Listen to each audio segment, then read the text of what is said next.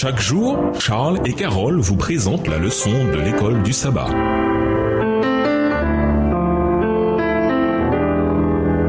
Bienvenue à votre émission. Dieu nous parle. Nous voilà la leçon de lundi, averti par le prophète. Lisons Daniel 4, verset 24.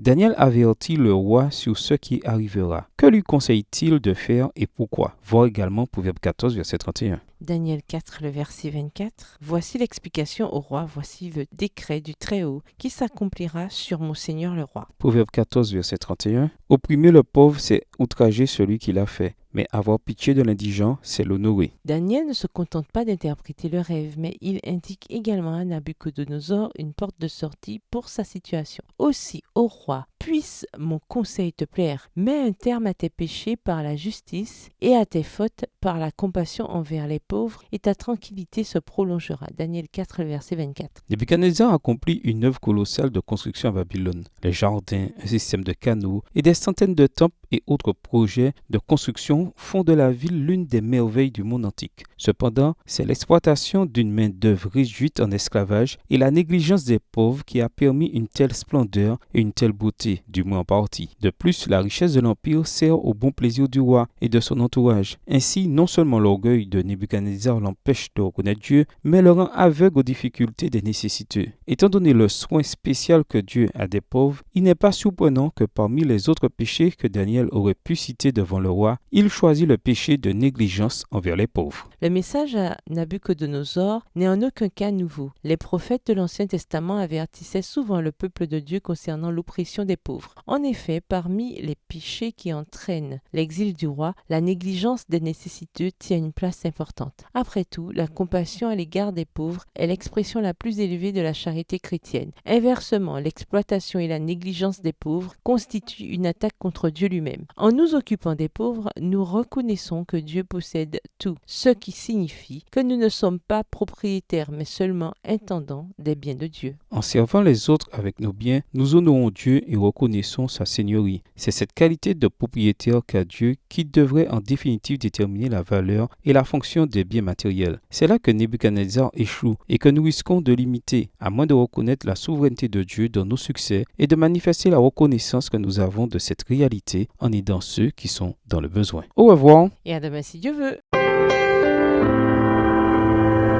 Dieu nous parle.